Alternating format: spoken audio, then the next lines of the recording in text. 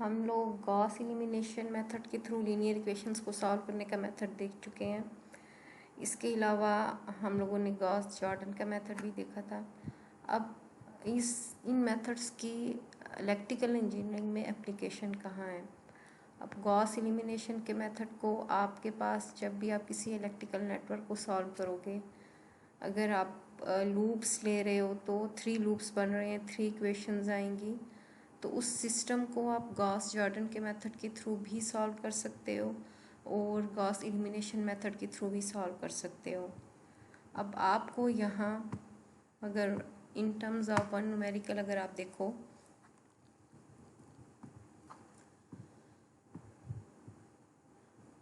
आप लोगों ने इस गिवन नेटवर्क में I1, I2 and I3 current को फाइंड आउट करना है। और आपके पास जो गिवन नेटवर्क है वो फिगर 2.13 ये वाला नेटवर्क गिवन है। अब आप लोगों को ये ऑलरेडी पता है कि जिस जगह डिफरेंट ब्रांचेस मीट कर रही हो तो उसे आप नोड कहते हो। यहाँ आपके पास 2 नोड्स हैं A एंड B और वोल्टेज सोर्सेज C और D हैं। C वोल्टेज सोर्स आपके पास 8 वोल्ट्स का सोर्स है और D वोल्टेज सोर्स 16 वोल्ट्स का सोर्स है। अब आप यहाँ देख सकते हो कि अगर आप नोड में देखो तो I1, अगर नोड A की टर्म्स में देखोगे तो इसमें I1 करंट एंटर हो रहा है, I2 जो है वो लीव कर रहा है, इस तरह I3 वो भी आपके पास एंटर हो रहा है। अगर आप एंटर होने वाले करंट्स का पॉजिटिव साइन ले लो तो लीव वालों का नेगेटिव साइन होगा। इस तरह अगर यहाँ नोड B में देखोगे तो आपके पास I2 करंट एंटर हो रहा है और I1 और I3 जो है वो लीव हो रहा है। तो अगर आप इसकी इक्वेशन देखो तो I1 यानी नोड A पर अगर आप करंट लॉ को अप्लाई करोगे तो आपके पास equation I1 minus I2 plus I3, I1 minus I2 plus I3, यानी आप लीव होने वाले करंट को नेगेटिव ले रहे हो। और अगर आप नोड B की इक्वेशन देखोगे तो वो आपके पास सेम ही इक्वेशन आएगी। इस तरह यहाँ अगर आप KVL को अप्लाई करते हो तो KVL में आप सबसे पहले जो लूप ले रहे हो वो CABC, यानी अगर इस फर्स्ट लूप को लो तो आप यहाँ देख सकते हो कि जो ये वाला रजिस्टर 2 ओम्स का रजिस्टर है, इसमें जो ये वाला करंट इस वोल्टेज सोर्स से आएगा तो आपके पास 2I1 होगा वोल्टेज ड्रॉप। इस तरह यहाँ आपके पास जो वोल्टेज ड्रॉप इस 1 ओम रजिस्टर के अक्रॉस होगा, अगर इस ब्रांच से करंट I2 फ्लो कर रहा है तो ये जस्ट I2 होगा। इस तरह इस 2 ओम्स के रजिस्टर्स में जो ड्रॉप होगा वो 2I1 होगा। तो आपने वही चीज़ लिखी है 4I1 plus I2 is equals to 8। आपके पास ये वाला 8 वोल्ट्स का वोल्टेज सोर्स, यानी वाली वोल्टेज आपकी इस 2 ओम्स, 1 ओम्स और 2 ओम्स में डिवाइड हो रही है। अगर आप इस जो नीचे वाली लूप आपकी बन रही है AD, या आप यहाँ इस बुक में ये मेंशन की है DABD, तो वही चीज़ है DABD। अगर इस लूप की इक्वेशन लिखोगे तो वो आपके पास I2 जो करंट I2 1 ओम से फ्लो कर रहा है वो, और ये वाला I3 इस 4 ओम रजिस्टर में से पास करेगा तो आप 4I3 इज इक्वल्स टू 16। अब इन इक्वेशंस को अगर आप लीनियर इक्वेशंस को इन टर्म्स ऑफ 3 वेरिएबल्स लिख रहे हो तो आपके पास ये सिस्टम्स ऑफ इक्वेशंस आ रही हैं। अब यहाँ गॉस जॉर्डन एलिमिनेशन मेथड में क्या होता है कि आप यहाँ I1, I2, I3 इनके कोएफिशिएंट्स लिख लोगे उसके बाद जो आपकी राइट हैंड साइड है वो 0, 8, 16 आपने उसके इक्वल लिख ली। अब आपने इस वाली लेफ़्ट हैंड साइड को आइडेंटिटी मैट्रिक्स के इक्वल लिखना होता है। आपने आइडेंटिटी मैट्रिक्स के इक्वल जब लिखोगे तो उसके ऊपर जो भी ऑपरेशंस अप्लाई करोगे तो ये आपके पास राइट हैंड साइड 1, 4, 3 के इक्वल आ जाएगी। तो यहाँ आपके पास जो करंट्स आ जाएंगे, अगर यहाँ आप गॉस एलिमिनेशन का मेथड अप्लाई करते हो तो आपके पास I3 इज इक्वल्स टू 3, जो ऊपर वाली इक्वेशन आ जाएगी उसमें आपके पास I2 इज इक्वल्स टू 4 और I1 इज इक्वल्स टू 1। इन तीनों करंट्स की जो आपके पास जो भी क्वांटिटी थी वो आपने फाइंड आउट कर ली। इस तरह सेम इस प्रॉब्लम को भी आप सॉल्व कर सकते हो इस गॉस जॉर्डन मेथड के थ्रू। यानी आप गॉस जॉर्डन मेथड या गॉस एलिमिनेशन मेथड, इसके थ्रू इलेक्ट्रिकल नेटवर्क्स की जो आपके इक्वेशंस आएंगे तो उसमें आप अननोन करंट्स और अननोन वोल्टेजेस को फाइंड आउट कर सकते हो। अब नेक्स्ट जो आपका टॉपिक स्टार्ट हो रहा है वो स्टार्ट हो रहा है वेक्टर स्पेसिस एंड सब स्पेसिस। आप लोगों ने इससे पहले जो टॉपिक्स कवर किए हैं कि एलिमिनेशन का मेथड देख चुके हो। Elimination can simplify one entry at a time the linear system AX is equals to B. Fortunately, it also simplifies the theory. The basic question of existence and uniqueness, is there one solution or no solution or an infinite of solutions, are much easier to answer after elimination. We need to devote one more section to these questions to find every solution for an m by n system. Then that circle of ideas will be complete. तो इस चीज़ के लिए आप लोग vector spaces and सब spaces इस चीज़ को read कर रहे हो, because elimination produces only one kind of understanding of AX is equals to B. Our main object is to achieve a different and deeper understanding, and this chapter is heart of linear algebra. For the concept of a vector space, we start immediately with the most important spaces. और आप यहाँ spaces को R1, R2, R3 सोन R n से भी denote कर सकते हो। अब इसमें R1 क्या होगा, आपके पास वन डायमेंशनल स्पेस है जिसको आप लाइन भी कॉल कर सकते हो। R2 is represented by usual XY plane. Two components of a vector become the X and Y coordinate of the corresponding point. और R3 को आप three components of a vector give a point in three-dimensional space.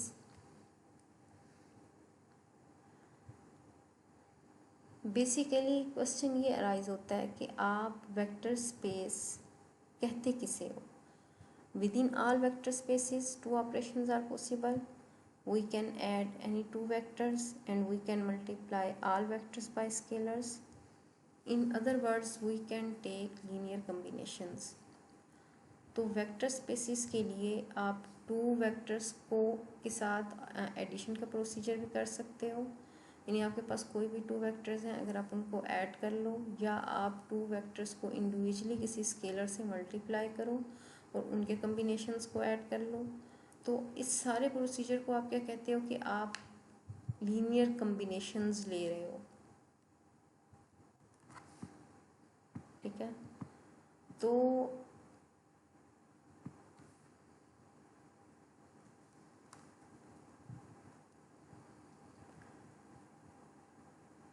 वही बात कि हम operations we do with vectors is addition and multiplications and some rules satisfied.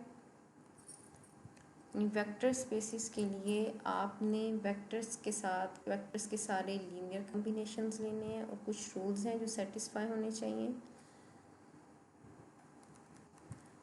तो तो आप space basically bunch of vectors को कहते हो, ठीक है। And to do the operations that vectors allow to do, इस तरह मैंने आप लोगों को पहले बताया कि R2 आपके पास ऑल 2 डायमेंशनल रियल वेक्टर्स हैं।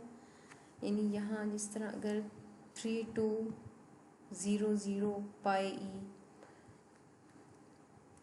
अगर आप इनमें से किसी भी 2 वेक्टर्स को ऐड कर लो, 3 2 और 0 0 को ऐड कर लो, तो आपके पास 3 2 आ जाएगा, ठीक है। या आप 3 2 और पाई को ऐड कर लो तो आपके पास 3 प्लस पाई 2 प्लस ई। अगर आप इस R2 में देखोगे तो ये आपके पास फर्स्ट कंपोनेंट है और यहाँ आपके पास सेकंड कंपोनेंट है। 3 2 आपके पास कहाँ लाया करेगा, अगर यहाँ आपके पास ये 3 पॉइंट और ये वाला आपके पास 2 पॉइंट है, तो 1 वेक्टर को आप इस तरह रिप्रेजेंट करोगे। इस तरह पाई क्या होगा, 3 पॉइंट समथिंग, ई आपके पास 2 पॉइंट समथिंग, तो उस वेक्टर को आप इस तरह रिप्रेजेंट करोगे। और 0 0 वेक्टर आपके पास जस्ट ये ओरिजिन वाला जो पॉइंट है वो होगा। अब यहाँ इसमें होल प्लेन को देखोगे एज R2, तो वो आपके पास XY प्लेन है, ठीक है। अब इसको आप होल प्लेन R2 को वेक्टर स्पेस जो है वो कॉल करोगे। अगर आप सपोज करो कि आप इसमें से 0 0 पॉइंट को रिमूव कर दो, यानी यहाँ जस्ट पंक्चर कर दो अगर ओरिजिन को रिमूव कर दोगे तो हाँ, आपका जो 3 2 पॉइंट है उसको हम लोगों को तो ये अलाउ है कि हम उसको किसी भी स्केलर से मल्टीप्लाई कर सकते हैं। अगर हम उसको 0 से मल्टीप्लाई करते हैं तो आपके पास पॉइंट 0 0 आ जाएगा और वो पॉइंट यहाँ आपने तो ओरिजिन ऑलरेडी रिमूव कर दिया है, तो आप इस पॉइंट पर वो इस पॉइंट के रिस्पेक्ट से क्लोज नहीं है।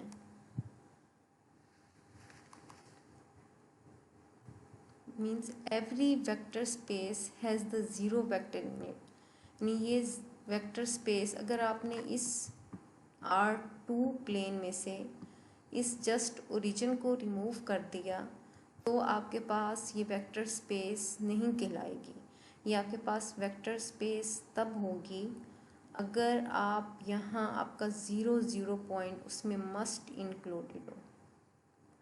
अगेन आपके अंडरस्टैंडिंग के लिए बता देती हूँ कि वेक्टर स्पेस यानी स्पेस बेसिकली क्या होती है कि आपकी बंच ऑफ वेक्टर्स। अब वेक्टर स्पेस किस चीज़ को कॉल करोगे कि आपके पास अगर वेक्टर्स हैं, आप उन वेक्टर्स को आपस में ऐड करते हो या आप ईच वेक्टर को किसी भी स्केलर से मल्टीप्लाई कर लेते हो और फिर ऐड करते हो, तो उसके जो आपके पास उसका रिजल्टेंट जो जितने भी पॉइंट्स आएंगे वो आपके उसी प्लेन में ही एग्जिस्ट करने चाहिए,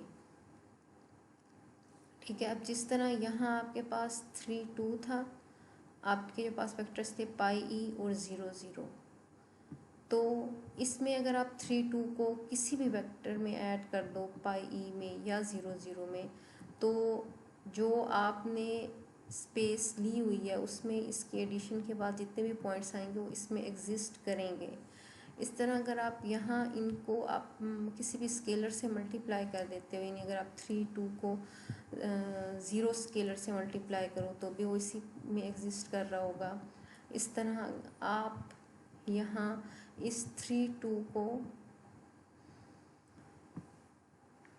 इस यहाँ -3 -2 पॉइंट लेते हो तो वो भी आपका R2 प्लेन में एग्जिस्ट कर रहा है, तो आप इसको वेक्टर स्पेस कहोगे। फिर मैंने आपको एग्जांपल दी कि अगर आप ये सारा R2 प्लेन लो उसमें जस्ट पंक्चर कर दो, यानी आप ओरिजिन को रिमूव कर दो, तो वो आपकी वेक्टर स्पेस नहीं कहलाएगी। वो वेक्टर स्पेस इसलिए नहीं कहलाएगी कि अगर अब आप 3 2 पॉइंट को 0 से मल्टीप्लाई करते हो तो उसने यहाँ आपके ओरिजिन पर ही फॉल करना है। ओरिजिन पॉइंट आपके इस प्लेन में इंक्लूडेड नहीं था बिकॉज आपने वो रिमूव कर दिया था। तो अब आप इसे वेक्टर स्पेस कॉल नहीं करोगे। यानी अगर जो भी गिवन वेक्टर्स हैं उनके तमाम जो लीनियर कम्बिनेशंस हैं अगर वो उस आपकी गिवन स्पेस में फॉल कर रहे हैं या एग्जिस्ट कर रहे हैं तो वो आपकी वेक्टर स्पेस कहलाएगी। इस तरह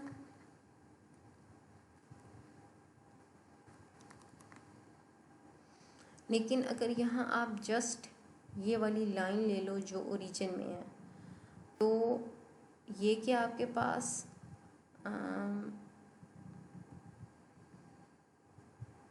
सब स्पेस कहलाएगी या नहीं कहलाएगी।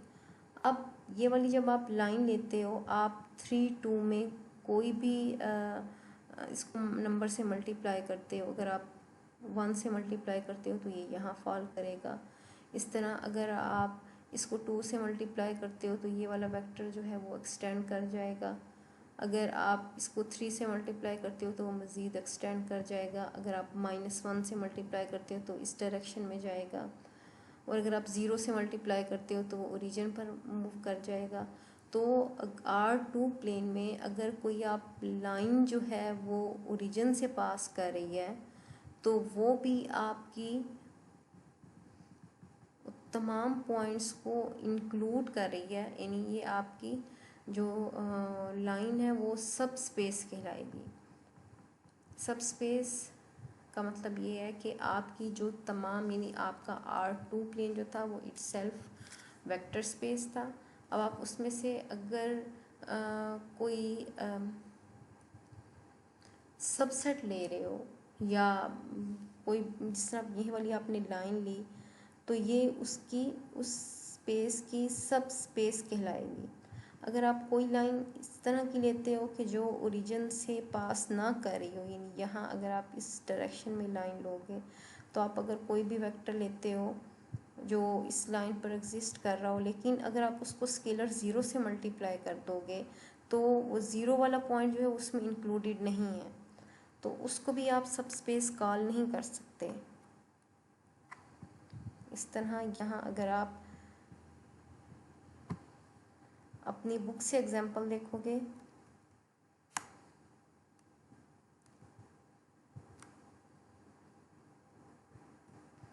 इसमें भी वही चीज़ है। इस सब स्पेस की डेफिनेशन क्या है। सब space of a vector space is a non-empty subset that satisfy the requirement for a vector space. Linear combinations stay in the subspace. If we add any vectors x and y in the subspace, x plus y is in the subspace. If we multiply any vector x in the subspace by any scalar c, cx is in the subspace.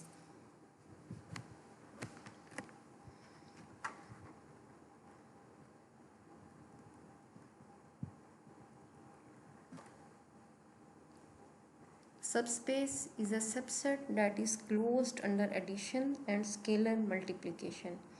Close का meaning आपको पता होगा कि close का meaning ये होता है कि आपका मल्टीप्लिकेशन और एडिशन के बाद भी उसी स्पेस में ही लाई करना चाहिए।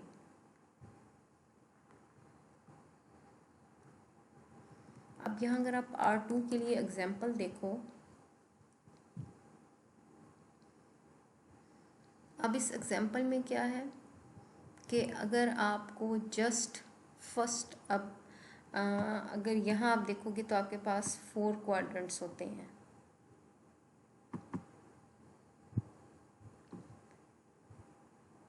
फर्स्ट क्वाड्रेंट ये आपके पास। अब आप इसमें क्या कर रहे हो कि आप कोई भी पॉइंट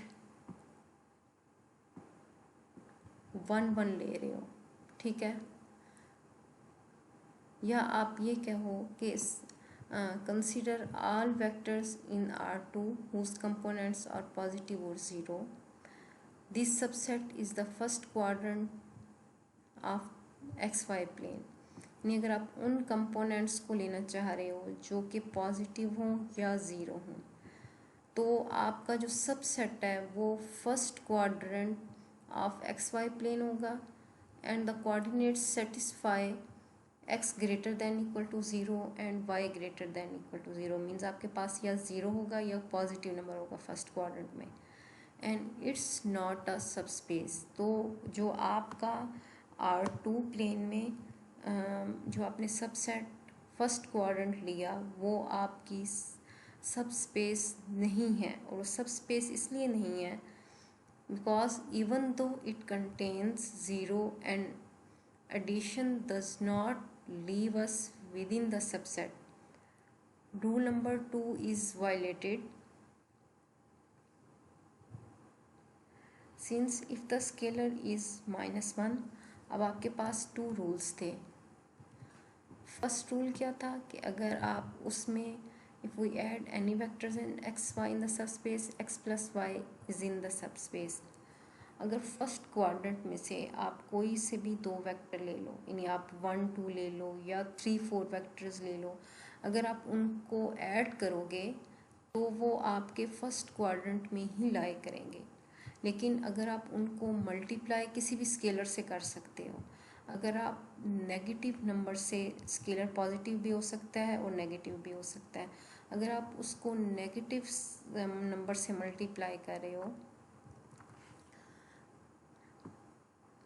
यानी यहाँ स्केलर अगर आप -1 ले लेते हो और अगर आपका वेक्टर 1 1 है, यानी वेक्टर 1 1 को अगर आप -1 से मल्टीप्लाई कर रहे हो तो आपके पास मल्टीप्लिकेशन के बाद वेक्टर -1 हो जाएगा जो कि थर्ड क्वाड्रेंट में लाई करेगा।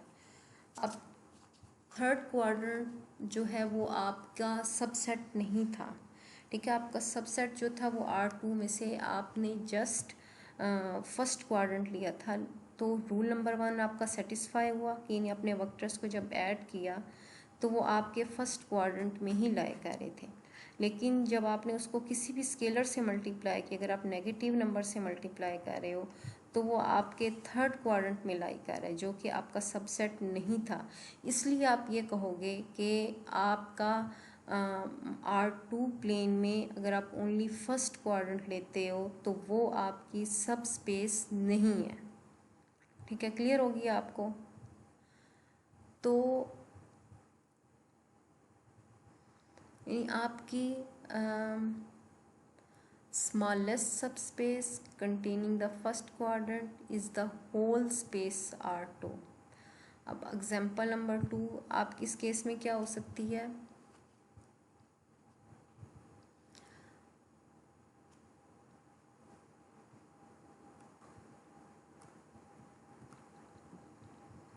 कि अगर आप start from the vector space of 3x3 matrices,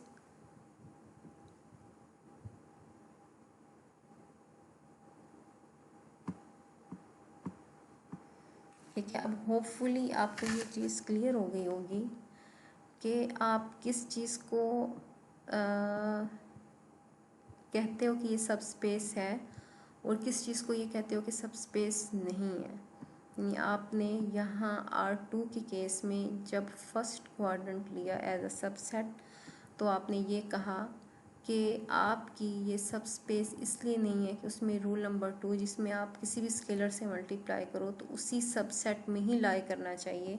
subset आपके पास यहाँ फर्स्ट क्वाड्रेंट था तो वो आपके पास नेगेटिव नंबर से मल्टीप्लाई करने से यहाँ थर्ड क्वाड्रेंट में जा रही थी, तो आपका वो